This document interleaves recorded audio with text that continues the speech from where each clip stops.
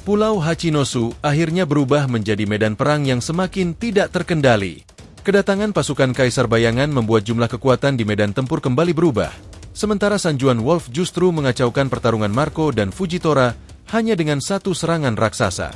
Di sisi lain, Bang yang hampir tumbang saat menghadapi salah satu silver medalis tiba-tiba mendapatkan bantuan dari sosok yang mungkin tidak pernah ia duga sebelumnya, yaitu Ben Beckman.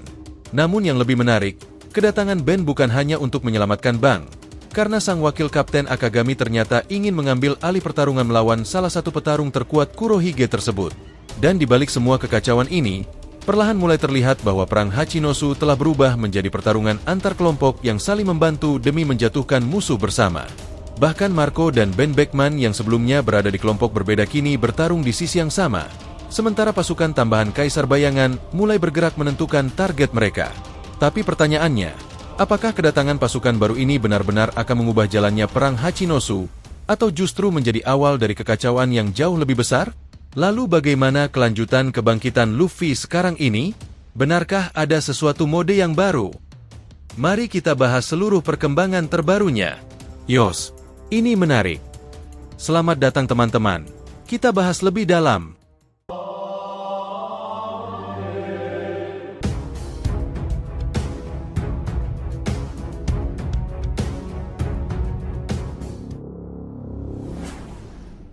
Oh iya, biar terus bisa berinteraksi dengan kalian, subscribe di channel ini dan bantu ramein video ini pula ya sob. Oke, yuk kita bikin One Piece makin rame lagi. Melanjutkan pembahasan sebelumnya, situasi di dunia bawah Elbaf kini memasuki fase yang jauh lebih genting. Gaban telah tumbang setelah kehilangan lengan kirinya akibat serangan Imusama, sementara Luffy juga belum menunjukkan tanda-tanda mampu kembali bertarung. Karena dua petarung terkuat mereka untuk sementara tidak dapat bergerak, pertempuran pun harus diteruskan oleh Loki, Ragnir, Hajrudin, dan Jinbe. Di tengah kekacauan tersebut, Franky mendapatkan tugas penting. Ia harus segera membawa tubuh Luffy menjauh dari lokasi pertarungan agar kaptennya tidak terkena dampak serangan besar yang terus dilancarkan kedua pihak. Namun, ketika Franky sedang membawa Luffy pergi, sesuatu yang tidak terduga justru terjadi. Dari tubuh Luffy mulai muncul aura yang begitu mengerikan hingga Franky sendiri dibuat waspada. Aura tersebut bukan sekadar haki atau energi biasa. Ada sesuatu yang berbeda dari tekanan yang keluar dari tubuh Luffy. Seolah-olah ada kekuatan lain yang selama ini bersembunyi di dalam dirinya, mulai merespons kemarahan Luffy. Inilah sisi lain dari kekuatan Dewa Matahari Nika yang selama ini belum sepenuhnya terlihat. Sebuah wujud yang dikenal sebagai Nika Sang Dewa Penghancur. Franky tentu tidak memahami secara pasti apa yang sedang terjadi. Tetapi dia bisa merasakan bahwa aura tersebut muncul karena emosi Luffy yang berada di titik ekstrim. Luffy baru saja menyaksikan Gaban dihancurkan oleh Imusama, bahkan sampai kehilangan lengan kirinya. Walaupun tubuh Luffy sendiri sedang dalam kondisi kritis dan belum mampu bergerak, kemarahannya ternyata tetap hidup. Hal yang lebih mengkhawatirkan adalah aura tersebut keluar secara otomatis. Luffy bahkan tidak terlihat sedang berusaha mengaktifkan kekuatan apapun. Seakan-akan tubuh dan alam bawah sadarnya sendiri mulai mengambil tindakan karena rasa marah yang sudah tidak mampu lagi ditahan. Franky yang menyadari hal itu kemudian mencoba menenangkan Luffy. Menurutnya, untuk saat ini Luffy seharusnya tidak memaksakan diri. Energi yang tersisa lebih baik digunakan untuk mempercepat proses pemulihan daripada membuangnya untuk menunjukkan kemarahan kepada Imusama. Franky bahkan memperingatkan bahwa jika Luffy terus mengeluarkan aura sebesar itu, proses pemulihannya justru bisa semakin lama. Karena itu, menurut Franky, Luffy harus menyimpan seluruh kekuatannya terlebih dahulu. Setelah kondisinya benar-benar pulih, barulah semua amarah tersebut bisa diarahkan kepada Imusama. Namun Luffy tidak memberikan respons apapun. Ia hanya diam dalam keadaan tidak berdaya, sementara tekanan mengerikan dari tubuhnya terus menyebar. Jumlah aura itu bahkan tidak berkurang sedikit pun. Hal ini menunjukkan bahwa kemarahan Luffy terhadap Imusama sudah berada pada tingkat yang sangat tinggi sampai-sampai dirinya sendiri seolah tidak mampu mengendalikan kekuatan yang sedang bangkit tersebut. Meski demikian, Franky tetap menjalankan tugasnya. Ia terus membawa Luffy menjauh dari medan pertempuran. Bagaimanapun juga, keberadaan Luffy di tengah pertarungan berskala besar akan sangat berbahaya. Apalagi sekarang tubuhnya sedang dikelilingi energi yang tidak diketahui batas kekuatannya. Sementara itu, pertempuran di dunia bawah Elbaf berlangsung semakin brutal. Loki mengambil posisi terdepan dan mulai melancarkan serangan besar kepada Imusama. Berbeda dengan ketika mereka berada di dunia matahari, Loki kini bisa bertarung dengan jauh lebih bebas. Dunia bawah Elbaf memiliki wilayah yang sangat luas dan tidak dipenuhi pemukiman seperti wilayah di atas. Karena itu, Loki tidak perlu terlalu khawatir jika serangannya menghancurkan area di sekitarnya. Ia bisa mengeluarkan kekuatan dalam skala besar tanpa harus mempertimbangkan keselamatan penduduk yang berada di sekitar mereka. Loki kemudian mengangkat kekuatannya ke tingkat yang lebih tinggi. Energi petir mulai terkumpul di udara dan membentuk sebuah bola raksasa. Ukurannya terus membesar sebelum akhirnya pecah menjadi rentetan serangan listrik yang menyambar Imusama dari berbagai arah. Hajrudin dan Jinbe langsung menjaga jarak. Mereka memahami bahwa serangan Loki memiliki daya hancur yang sangat besar sehingga terlalu berbahaya jika berada terlalu dekat. Namun Jinbe justru melihat peluang dari kondisi dunia bawah Elbaf. Wilayah tersebut dipenuhi salju dan es. Bagi Jinbe, keberadaan air dalam jumlah besar seperti itu merupakan keuntungan. Ia dapat memanfaatkan unsur tersebut sebagai sumber kekuatan untuk menciptakan serangan berbasis air. Jinbe kemudian memanipulasi salju yang berada di sekitarnya. Dengan kemampuannya, salju dan es tersebut dicairkan lalu dikendalikan menjadi aliran air dalam jumlah besar. Setelah itu, air yang telah dikumpulkan langsung diarahkan menuju Imusama. Menariknya, serangan Jinbe tidak berhenti sampai di sana. Aliran air tersebut bertemu dengan sambaran petir milik Loki. Kedua kekuatan itu kemudian berpadu dan menghasilkan serangan gabungan dengan daya rusak yang jauh lebih besar. Serangan tersebut bahkan mampu memberikan tekanan kepada api hitam omen milik Imusama. Untuk sesaat, pertahanan Imusama tidak mampu menahan serangan gabungan tersebut secara sempurna. Melihat hal itu, Imusama tidak tinggal diam. Ia segera meningkatkan kekuatan api hitam omen dengan energi iblis dalam jumlah yang jauh lebih besar. Api hitam tersebut kembali membesar dan digunakan untuk menahan sekaligus menghancurkan serangan kombinasi Jinbe dan Loki. Setelah bentrokan tersebut berakhir, Ragnir akhirnya mengambil kesempatan untuk menyerang. Tupai raksasa tersebut memanfaatkan kekuatan es yang dimilikinya dan menciptakan sejumlah besar pecahan es tajam di udara. Dalam sekejap, seluruh proyektil itu melesat menuju Imusama dengan kecepatan tinggi. Namun Imusama masih mampu menunjukkan refleks yang luar biasa. Satu demi satu serangan Ragnir berhasil dihindari. Tidak membiarkan lawannya mengambil keuntungan lebih jauh, Imusama langsung melakukan serangan balasan. Ia mengayunkan pedang Nebami dan melepaskan tebasan jarak jauh yang melesat ke arah lawan-lawannya. Tebasan tersebut bergerak sangat cepat dan memiliki daya potong yang luar biasa.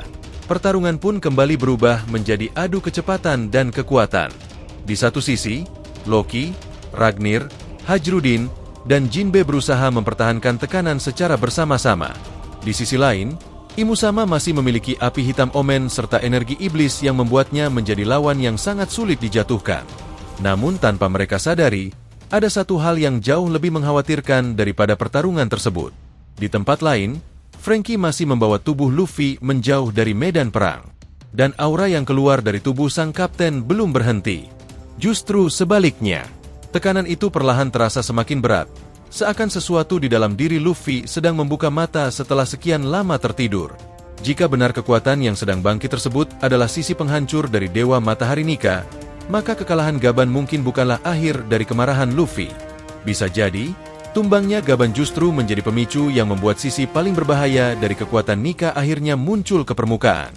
Serangan pedang dari Imusama langsung membuat para petarung di sekitarnya bergerak menghindar. Tebasan tersebut terlalu berbahaya untuk ditahan secara sembarangan. Di tengah situasi itu, Hajrudin justru mengambil langkah yang terlihat cukup nekat. Ia bergerak maju dan seolah-olah ingin menghadapi Imusama dari jarak dekat. Jika dilihat sekilas, keputusan Hajrudin memang tampak seperti sebuah kesalahan.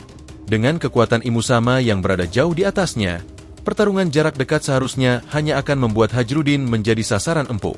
Namun ternyata, Hajrudin memang sengaja melakukan hal tersebut. Ketika jaraknya semakin dekat dengan Imusama, Hajrudin tiba-tiba mengubah arah dan melompat ke samping. Dan tepat pada saat itulah alasan sebenarnya terungkap. Dari belakang Hajrudin, Loki melepaskan serangan petir dalam garis lurus yang langsung mengarah kepada Imusama. Berbeda dari serangan sebelumnya yang menyebar ke berbagai arah, kali ini energi petir Loki dibuat jauh lebih terkonsentrasi pada satu titik. Ternyata, Hajrudin sejak awal memang hanya berperan sebagai pengalih perhatian. Ia membuat Imusama berpikir bahwa dirinya akan melakukan serangan jarak dekat. Dengan begitu, fokus Imusama tertuju kepadanya dan membuka ruang bagi Loki untuk melancarkan serangan utama. Begitu serangan petir dilepaskan, Hajrudin langsung menyingkir sesuai dengan rencana yang sudah mereka susun. Strategi tersebut menunjukkan bahwa kerjasama antara Loki dan Hajrudin mulai berkembang dengan sangat baik. Padahal, hubungan keduanya sebelumnya dipenuhi konflik dan memiliki sejarah yang tidak sederhana. Tetapi di tengah peperangan melawan musuh yang jauh lebih kuat, keduanya perlahan mulai mengesampingkan masa lalu dan belajar mempercayai satu sama lain. Imusama sendiri tidak tinggal diam. Ia menghadapi serangan Loki menggunakan Nebami yang telah diperkuat dengan energi iblis sekaligus haki. Pedang tersebut terus menahan aliran petir yang datang secara langsung. Bahkan ketika terkena dorongan serangan Loki, Imusama masih mampu bertahan sambil perlahan terdorong ke belakang. Melihat pertahanan Imusama mulai tertekan, Hajrudin kembali mengambil kesempatan. Ia melepaskan sebuah tebasan jarak jauh ke arah lawannya. Sayangnya, serangan tersebut tidak memberikan hasil seperti yang diharapkan. Imusama dengan mudah menggunakan ekor iblisnya untuk menepis tebasan tersebut. Tidak berhenti sampai di sana, ekor iblis itu kemudian langsung diarahkan kembali kepada Hajrudin untuk melakukan serangan balasan. Namun sebelum serangan tersebut mengenai target, Ragnir bergerak cepat. Ia menciptakan sebuah dinding es yang muncul tepat di hadapan Hajrudin. Pertahanan tersebut berhasil menahan serangan ekor iblis Imusama sekaligus memberi Hajrudin waktu untuk kembali mengambil posisi. Pada saat yang sama, Jinbe memanfaatkan medan salju di sekitarnya.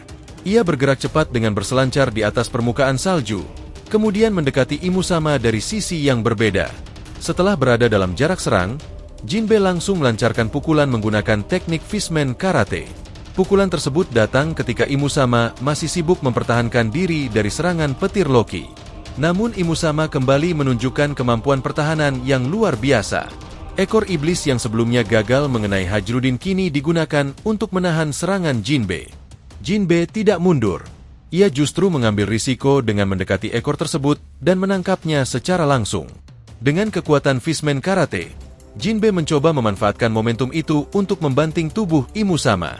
Sayangnya, perbedaan kekuatan masih terlalu besar. Imusama berhasil mempertahankan posisinya dan justru mengendalikan ekor iblis tersebut untuk menghempaskan Jinbe dengan keras. Tubuh Jinbe pun terlempar menjauh dari lokasi pertarungan. Sementara pertempuran sengit itu terus berlangsung, situasi Luffy di tempat lain juga mulai menunjukkan perkembangan yang aneh. Franky masih membawa tubuh Luffy menjauh dari medan perang.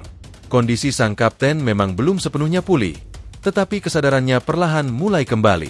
Lalu, tanpa peringatan apapun, mata kanan Luffy kembali menunjukkan reaksi misterius.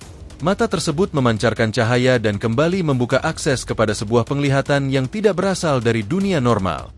Fenomena serupa sebenarnya pernah terjadi sebelumnya ketika Luffy berada dalam kondisi yang sangat buruk dan masih terhubung dengan Fragras serta pedang Void. Ketika kondisi Luffy kembali stabil dan dirinya mampu bertarung, kemampuan tersebut perlahan menghilang. Namun sekarang, ketika tubuhnya kembali berada dalam kondisi kritis, mata kanan Luffy kembali bereaksi. Seolah-olah ada hubungan tertentu antara kondisi fisik Luffy dengan kemampuan mata tersebut untuk melihat sesuatu yang berada di luar realitas biasa. Akan tetapi, kali ini apa yang dilihat Luffy ternyata berbeda. Jika sebelumnya Luffy dapat menyaksikan potongan kisah yang berkaitan dengan Jabal, sekarang penglihatannya justru membawanya menuju masa yang jauh lebih tua. Luffy melihat gambaran dari era dunia pertama. Di dalam penglihatan tersebut, ia menyaksikan pertarungan Dewa Nika generasi pertama. Namun Nika yang terlihat kali ini bukan sosok yang hanya dikenal sebagai simbol pembebasan. Ia sedang memperlihatkan sisi lain dari kekuatannya. Sisi tersebut adalah Nika sebagai dewa penghancur. Dalam mitologi Nika, terdapat dua gambaran utama mengenai sang dewa. Satu sisi menggambarkannya sebagai dewa matahari sekaligus pembebas, sedangkan sisi lainnya menggambarkan kekuatan destruktif yang jauh lebih brutal. Apa yang sedang dilihat Luffy sekarang adalah sisi kedua tersebut. Namun menjadi dewa penghancur tidak berarti Nika berubah menjadi sosok jahat.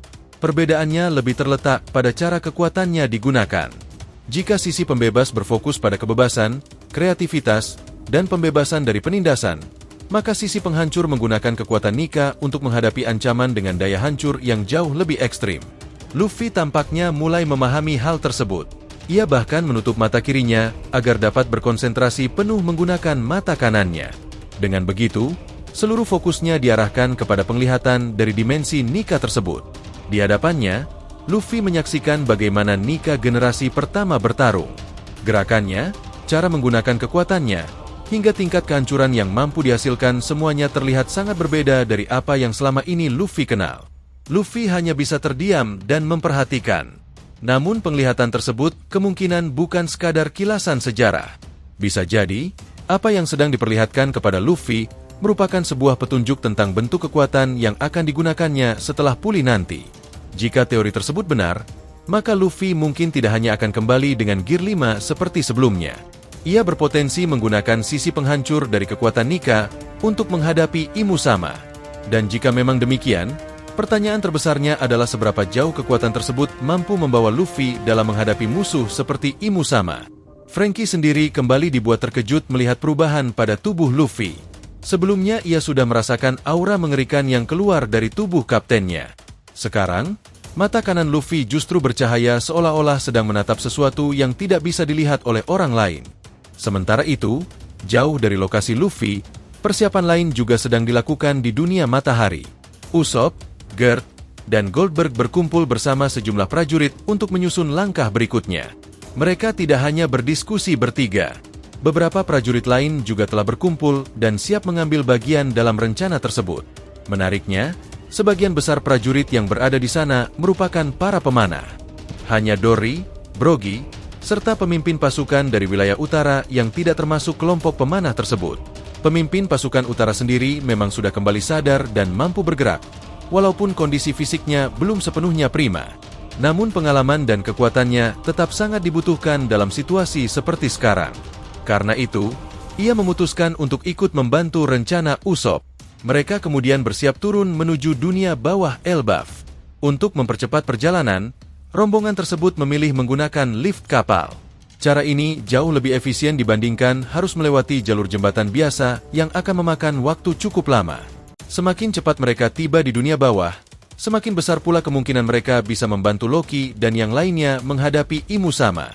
Di lokasi berbeda, pertempuran lain juga masih berlangsung. Jarul bersama para prajurit raksasa terus bertarung melawan monster mengerikan yang berasal dari Dewi Hujan Zaza. Mereka tidak memiliki pilihan selain terus bertahan. Monster tersebut tidak boleh dibiarkan membawa anak-anak raksasa dari wilayah tersebut. Masalahnya, pertarungan mereka jauh lebih sulit dibandingkan sekadar menghadapi satu musuh. Para raksasa harus membagi perhatian antara menyerang monster Zaza dan melindungi anak-anak yang berada di sekitar mereka. Setiap serangan yang dilepaskan harus diperhitungkan agar tidak justru mengenai para anak yang sedang mereka lindungi. Dengan kata lain, para raksasa tidak hanya sedang berusaha memenangkan pertarungan. Mereka juga sedang berlomba dengan waktu untuk memastikan tidak satupun anak-anak tersebut jatuh ke tangan Dewi Hujan Zaza. Dan sementara semua pertarungan ini berlangsung secara bersamaan, satu hal mulai menjadi semakin jelas.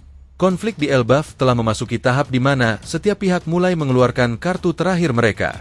Loki dan pasukannya berusaha menahan Imusama. Para raksasa bertarung melawan monster Zaza, sementara Luffy perlahan menemukan rahasia terdalam dari kekuatan Nika. Jika Luffy benar-benar berhasil bangkit dengan sisi dewa penghancur Nika, maka keseimbangan pertarungan melawan Imusama bisa berubah secara drastis. Meski situasi semakin sulit, Jarul dan para prajurit raksasa di sekitarnya tetap bertahan dan mengerahkan seluruh kemampuan mereka. Namun, di tengah pertarungan tersebut, Jarul menyadari satu kenyataan yang tidak bisa lagi ia hindari. Usianya memang sudah sangat panjang, tetapi tubuhnya tidak lagi berada dalam kondisi seperti masa kejayaannya. Jarul bahkan mengakui bahwa menjadi raksasa yang mampu bertahan hingga usia setua ini merupakan sebuah pencapaian luar biasa. Akan tetapi, harga yang harus dibayar adalah penurunan kekuatan yang sangat besar. Menurut Jarul, jika dirinya masih berada dalam kondisi prima seperti ketika masih muda, menghadapi monster semacam ini kemungkinan besar bukanlah sesuatu yang terlalu sulit. Para prajurit yang berada di dekatnya pun memahami perkataan tersebut. Mereka memang tidak pernah menyaksikan sendiri bagaimana Jarul bertarung pada masa mudanya, tetapi legenda mengenai kekuatan sang raksasa sudah diwariskan dari generasi ke generasi. Bahkan bisa dikatakan bahwa Jarul yang sekarang hanya menggunakan sebagian kecil dari kekuatan masa jayanya. Jika dibandingkan dengan dirinya ketika masih muda, Kemampuan tempurnya saat ini mungkin bahkan tidak mencapai 1/5 dari kekuatan yang pernah dimilikinya. Namun, usia boleh mengurangi kekuatan fisik, tetapi tidak menghilangkan pengalaman. Karena itulah Jarul masih tetap menjadi salah satu sosok penting dalam pertempuran melawan monster Dewi Hujan Zaza. Ia bersama para raksasa lainnya terus berusaha menahan ancaman tersebut, sekaligus memastikan anak-anak raksasa yang berada di sekitar mereka tetap aman. Sementara itu, di lokasi yang jauh berbeda, pertarungan antara Dragon melawan Akainu, Warcuri, dan Garling juga semakin memanas. Dragon masih berlindung di balik naga angin raksasa yang ia ciptakan. Makhluk berbentuk naga tersebut terus menerima serangan bertubi-tubi dari ketiga lawannya. Untuk sementara, Dragon memang masih terlindungi di dalamnya, tetapi pertahanan naga angin itu perlahan mulai mencapai batasnya. Serangan gabungan Akainu, Warcuri, dan Garling akhirnya memberikan tekanan yang terlalu besar. Setelah berkali-kali dihantam, naga angin Dragon akhirnya tidak mampu lagi bertahan dan hancur di hadapan mereka. Namun Dragon tidak panik. Begitu pertahanan anginnya runtuh, ia langsung melompat turun dan mempersiapkan dirinya untuk menghadapi ketiga lawan secara langsung. Dragon sadar bahwa kehilangan naga angin bukan berarti dirinya kehilangan kemampuan untuk bertarung. Dalam sekejap, Dragon memasuki mode yang mengandalkan 3 jenis haki sekaligus. Mode ini mengingatkan pada kemampuan yang sebelumnya diperlihatkan Garling. Bedanya, Dragon mengombinasikan kekuatan haki tersebut dengan manipulasi angin untuk meningkatkan efektivitas setiap gerakannya. Perubahan tersebut langsung terasa dalam pertarungan. Ketika Dragon berhadapan langsung dengan Garling, justru Dragon yang terlihat lebih dominan. Benturan kekuatan keduanya menunjukkan bahwa kemampuan haki Dragon ternyata berada pada level yang sangat tinggi. Garling sendiri bukanlah pengguna haki sembarangan. Sebagai bagian dari keluarga Vigarland, ia memiliki kemampuan yang sangat luar biasa dan pengalaman bertarung yang panjang. Namun Dragon juga memiliki modal yang tidak kalah mengerikan. Sebagai pemimpin pasukan revolusioner, Dragon telah melalui begitu banyak pertempuran dan memahami cara memanfaatkan ketiga jenis haki dengan sangat efektif. Jadi, ketika keduanya beradu kekuatan, Dragon mampu mengimbangi bahkan menekan Garling. Sayangnya, Dragon tidak sedang menjalani duel 1 lawan 1. Di saat fokusnya tertuju kepada Garling, Warcuri langsung masuk ke dalam pertarungan. Gorosei tersebut melancarkan serangkaian pukulan brutal. Kedua tangannya dilapisi haki dan energi khusus yang membuat setiap pukulannya menghasilkan efek tekanan yang aneh di udara. Efek tersebut bukan sekadar visual. Setiap pukulan membawa dampak besar terhadap tubuh lawan yang terkena. Karena itu, Dragon harus sangat berhati-hati. Menghadapi Garling saja sudah cukup merepotkan. Apalagi sekarang Warcuri ikut menyerangnya dari jarak dekat. Dragon akhirnya memilih untuk tidak memaksakan pertarungan jarak dekat. Ia terus menghindari kombinasi serangan kedua Gorosei tersebut, sambil mencari celah untuk menciptakan jarak. Berkat penguasaan haki yang sangat tinggi, Dragon mampu membaca arah serangan sebelum benar-benar mengenai dirinya. Kenbunshoku haki miliknya membuat Dragon dapat mengantisipasi pergerakan musuh, sementara Busoshoku haki yang ia kuasai membantu meningkatkan kemampuan fisik dan kecepatannya. Dragon pun berhasil keluar dari tekanan dan mendapatkan ruang untuk melakukan serangan balik. Namun kesempatan tersebut kembali digagalkan. Akainu tiba-tiba muncul dan langsung melepaskan pukulan magma dari jarak dekat. Serangan tersebut datang secara mendadak, sehingga Dragon tidak memiliki banyak pilihan selain bertahan. Dragon berhasil menahan pukulan Akainu menggunakan Busoshoku haki tingkat tinggi. Tetapi akibat intervensi tersebut, rencana Dragon untuk menyerang Garling dan Warcuri kembali gagal. Akainu sendiri tampaknya menyadari bahwa situasi pertarungan sudah berubah jauh dari rencana awal. Ia bahkan mengakui bahwa dirinya tidak pernah memperkirakan pertarungan tersebut akan berkembang menjadi 3 lawan 1. Pada awalnya, Akainu memang datang untuk menghadapi Dragon secara langsung. Namun sekarang, Garling dan Warcuri turut terlibat sehingga pertarungan berubah menjadi pertempuran bersama. Meski sempat merasa tidak nyaman dengan perubahan tersebut, Akainu akhirnya menegaskan bahwa masalah ini bukan tentang harga diri atau duel pribadi. Pertarungan mereka di pulau tersebut memiliki tujuan yang jauh lebih besar. Dragon adalah pemimpin pasukan revolusioner, sementara pasukan revolusioner merupakan salah satu ancaman terbesar bagi pemerintah dunia. Dengan demikian, bagi Angkatan Laut, menjatuhkan Dragon bukan sekadar persoalan pribadi antara dua orang yang memiliki sejarah konflik. Ini adalah bagian dari sebuah misi. Karena itu, Akainu tidak memiliki alasan untuk menolak bantuan Garling dan Warcuri. Jika bekerja sama dengan dua Gorosei tersebut dapat memperbesar peluang untuk mengalahkan Dragon, maka ia akan tetap menjalankan tugasnya secara profesional. Dragon pun tidak mempermasalahkan perubahan jumlah lawan tersebut. Dengan ekspresi serius, ia mengatakan bahwa dirinya tidak peduli apakah harus menghadapi satu orang atau 3 orang sekaligus. Menurut Dragon, jumlah lawan tidak akan mengubah hasil akhir. Pada akhirnya, dialah yang akan berdiri sebagai pemenang. Pernyataan tersebut tentu membuat Akainu tidak terkesan. Akainu langsung membalas bahwa Dragon sebaiknya tidak terlalu percaya diri. Jika pertarungan tersebut dinilai secara objektif, Dragon sedang berada dalam posisi yang sangat sulit. Menghadapi 3 lawan dengan kekuatan sebesar mereka bukanlah sesuatu yang bisa dianggap remeh. Namun sebelum perdebatan mereka berkembang lebih jauh, Garling kembali menyerang. Dragon langsung bergerak untuk menghindari serangan tersebut. Dalam waktu yang sama, ia memanfaatkan kekuatan anginnya untuk melakukan serangan balik. Gelombang angin bertubi-tubi dilepaskan ke arah Akainu, Garling, dan Warcuri sekaligus. Serangan tersebut memaksa ketiganya untuk mengambil tindakan masing-masing agar tidak terkena dampaknya. Pertarungan pun kembali berubah menjadi bentrokan besar yang dipenuhi serangan jarak dekat, haki, magma, dan kekuatan angin. Sementara itu, perhatian cerita berpindah menuju Pulau Hachinosu. Di tengah kekacauan perang yang masih berlangsung, Kaisar Bayangan akhirnya berhasil meninggalkan area pertempuran. Ia bergerak menuju lokasi pasukan besarnya yang baru saja tiba di pulau tersebut. Begitu bertemu dengan pasukannya, ia segera menjelaskan keadaan perang yang sedang berlangsung. Situasi di Hachinosu ternyata jauh lebih kacau daripada yang mereka perkirakan. Banyak pihak telah terlibat dalam konflik, dan perkembangan pertempuran terus berubah dari waktu ke waktu. Dengan kedatangan pasukan tambahan tersebut, kekuatan di Pulau Hachinosu pun mulai mengalami perubahan besar. Artinya, perang belum menunjukkan tanda-tanda akan berakhir. Justru sebaliknya, setelah bala bantuan tiba, pertempuran di Hachinosu berpotensi memasuki babak yang jauh lebih brutal. Setelah pasukan Kaisar Bayangan tiba di Pulau Hachinosu, ia langsung memberikan instruksi yang cukup jelas kepada seluruh pasukannya. Mereka harus mengetahui siapa yang menjadi target dan siapa saja yang justru tidak boleh disentuh. Hal ini penting karena situasi perang sudah terlalu kacau. Sedikit saja terjadi kesalahan dalam mengenali pihak, mereka bisa menyerang sekutu sendiri. Jumlah pasukan yang dibawa Kaisar Bayangan kali ini juga lebih besar dibandingkan kelompok yang sebelumnya sudah berada di medan perang. Memang, tidak ada nama-nama bajak laut besar atau tokoh terkenal di antara mereka. Namun dalam sebuah perang besar, jumlah pasukan tetap memiliki arti penting. Setidaknya, mereka dapat digunakan untuk menghadapi pasukan biasa dari aliansi bajak laut Kurohige. Dengan begitu, para petarung utama tidak perlu membuang tenaga hanya untuk menghadapi prajurit biasa dan bisa lebih fokus pada lawan-lawan yang memiliki kekuatan tinggi. Di sisi lain Pulau Hachinosu, pertempuran antara Marco dan Fujitora masih belum berakhir. Keduanya terus bertukar serangan dan berusaha mencari celah untuk menjatuhkan satu sama lain. Namun sebelum pertarungan tersebut menemukan pemenang, muncul gangguan dari sosok yang ukurannya jauh lebih besar dibandingkan mereka berdua.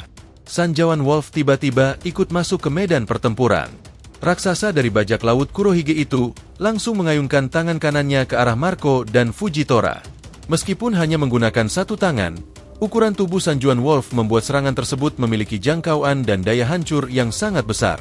Marco dan Fujitora tidak punya pilihan selain bertahan. Keduanya segera menggunakan teknik pertahanan masing-masing untuk menghadapi serangan tersebut. Setelah berhasil mengurangi dampaknya, Marco dan Fujitora justru secara bersamaan melakukan serangan balasan. Serangan dari dua petarung kuat sekaligus akhirnya membuat Sanjuan Wolf kehilangan keseimbangan. Tubuh raksasa itu terlempar cukup jauh dari lokasi awal. Masalahnya, ukuran tubuh Sanjuan Wolf yang luar biasa besar justru membuat situasi semakin berbahaya. Orang-orang yang berada di jalur jatuhnya langsung panik dan berusaha menyelamatkan diri. Bahkan beberapa anggota bajak laut Kurohige berteriak agar Sanjuan Wolf tidak sembarangan bergerak. Jika tubuhnya jatuh di tempat yang salah, ia bisa saja menabrak dan mencederai rekannya sendiri. Namun Sanjuan Wolf yang masih mengalami pusing setelah menerima serangan tersebut, tampaknya tidak terlalu memperhatikan peringatan itu. Di tengah kekacauan tersebut, terdapat pula pertarungan lain yang tidak kalah menarik. Bang sedang menghadapi salah satu silver medalist secara langsung. Pertarungan ini sebenarnya cukup berat bagi Bang. Ia sadar bahwa dirinya memiliki perbedaan kekuatan yang cukup jauh dibandingkan lawannya. Karena itu, Bang tidak mencoba menang dengan mengandalkan kekuatan mentah. Ia lebih banyak menggunakan strategi, membaca pergerakan lawan, dan mencari celah untuk melakukan serangan balik. Sayangnya, cara tersebut tetap belum cukup. Silver medalist yang dihadapinya merupakan salah satu petarung kuat yang berada di bawah aliansi bajak laut Kurohige. Sosok ini sebelumnya bahkan sudah berhadapan dengan beberapa nama besar dalam perang tersebut. Jadi, dari segi pengalaman dan kekuatan, Bang memang berada dalam posisi yang kurang menguntungkan. Tekanan terhadap Bang semakin besar. Ia mulai kesulitan mempertahankan posisinya dan perlahan terdesak. Namun tepat ketika situasinya semakin buruk, seseorang tiba-tiba datang membantu. Ben Beckman muncul di medan pertarungan.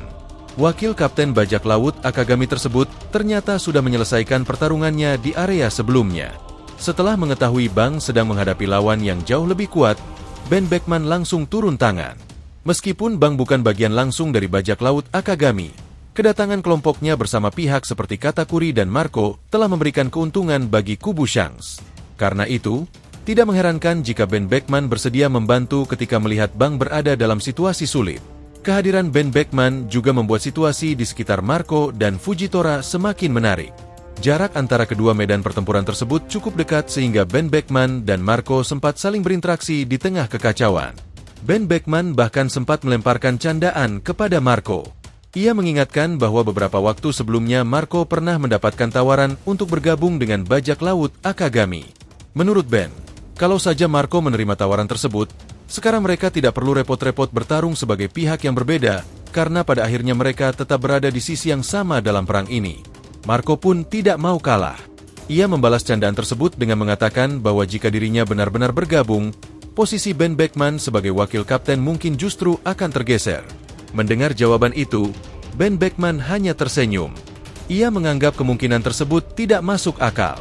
Menurutnya, jika membandingkan kemampuan mereka secara langsung, dirinya masih berada di atas Marco. Percakapan singkat tersebut kemudian berakhir, dan keduanya kembali memusatkan perhatian pada pertarungan masing-masing. Ben Beckman lalu memberikan tugas kepada Bang. Ia meminta Bang untuk menangani pasukan biasa dari aliansi Kurohige yang berada di sekitar lokasi.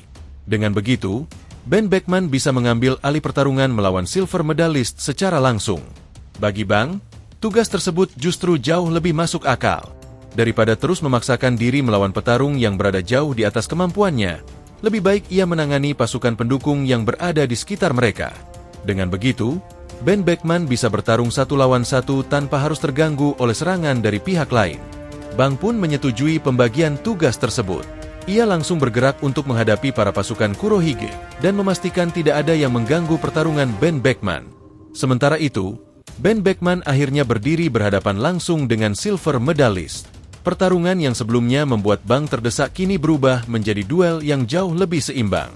Ben Beckman tidak hanya datang untuk menyelamatkan Bang, tetapi juga mengambil alih lawan kuat tersebut agar bisa ditangani secara langsung. Di sisi lain, Bang kini memiliki ruang untuk bergerak dan membantu pertempuran dengan caranya sendiri. Dengan demikian, meskipun perang di Hachinosu semakin kacau, kubu yang berseberangan dengan Kurohige mulai menemukan cara untuk saling melengkapi. Dan semua kejadian ini menunjukkan satu hal penting. Pertempuran di Pulau Hachinosu bukan lagi sekadar pertarungan antar individu. Setiap pasukan mulai menentukan target, membagi tugas, dan memilih siapa yang harus menghadapi siapa. Bahkan petarung yang sebelumnya tidak berada dalam satu kelompok pun mulai bekerja sama karena mereka memiliki tujuan yang sama. Jika situasi ini terus berkembang, maka perang di Hachinosu kemungkinan akan memasuki tahap yang jauh lebih besar. Dan tentunya, masih banyak kejadian lain yang tidak kalah menarik dari perang besar ini. Yos, ini bakalan lebih seru lagi nakama. Jadi, terima kasih banyak telah mengikuti cerita ini sampai akhir. Jika kalian punya pendapat langsung aja komentar di bawah dan akan kita usahakan respon oke. Sampai jumpa di video selanjutnya nakama dan Jable Sang Nika telah kembali ke peradaban One Piece.